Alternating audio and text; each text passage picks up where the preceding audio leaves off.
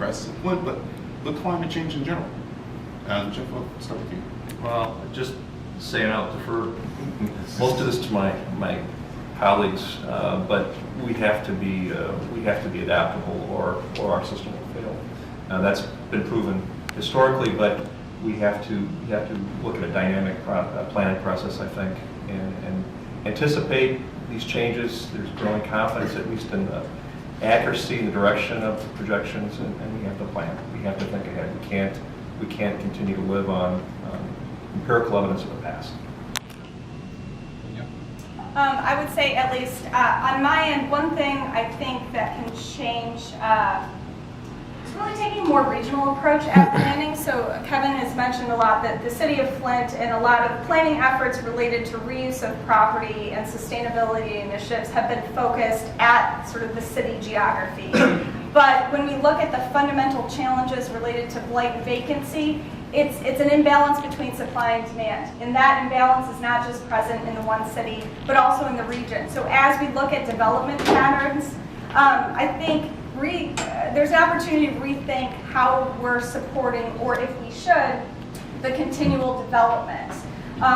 Both because I think it will lead to additional increases in vacancy in our core urban areas and even in our sort of inner ring suburbs.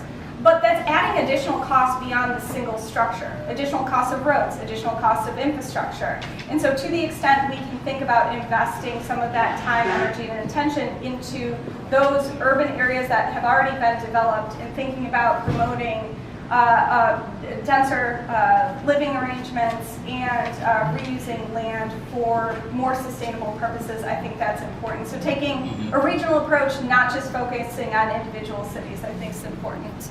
Kevin, what do you say to that? Yeah, I mean, I think honestly, it's unfortunate that it takes a public health emergency for action, right. And you know, because ultimately, at the end of the day, the people that are suffering the worst are the ones who have been the most resilient, which are the residents.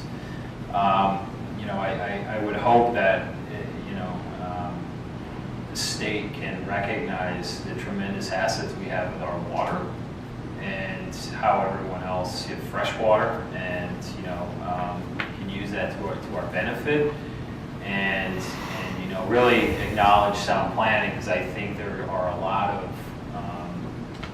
you know, I think what you can see in Michigan at least is we were just growing so fast, and things were so great that we kind of, in Flint's case, we got rid of our long-range planning for 20 years ago, you know, and didn't have that for almost 2 decades. So no one was looking, you know, down the road. So hopefully acknowledging sound planning and capitalizing and seeing it that, you know, it all comes down to the economy, and seeing that if we do acknowledge that, you know, we can be a very valuable and enticing place to reside.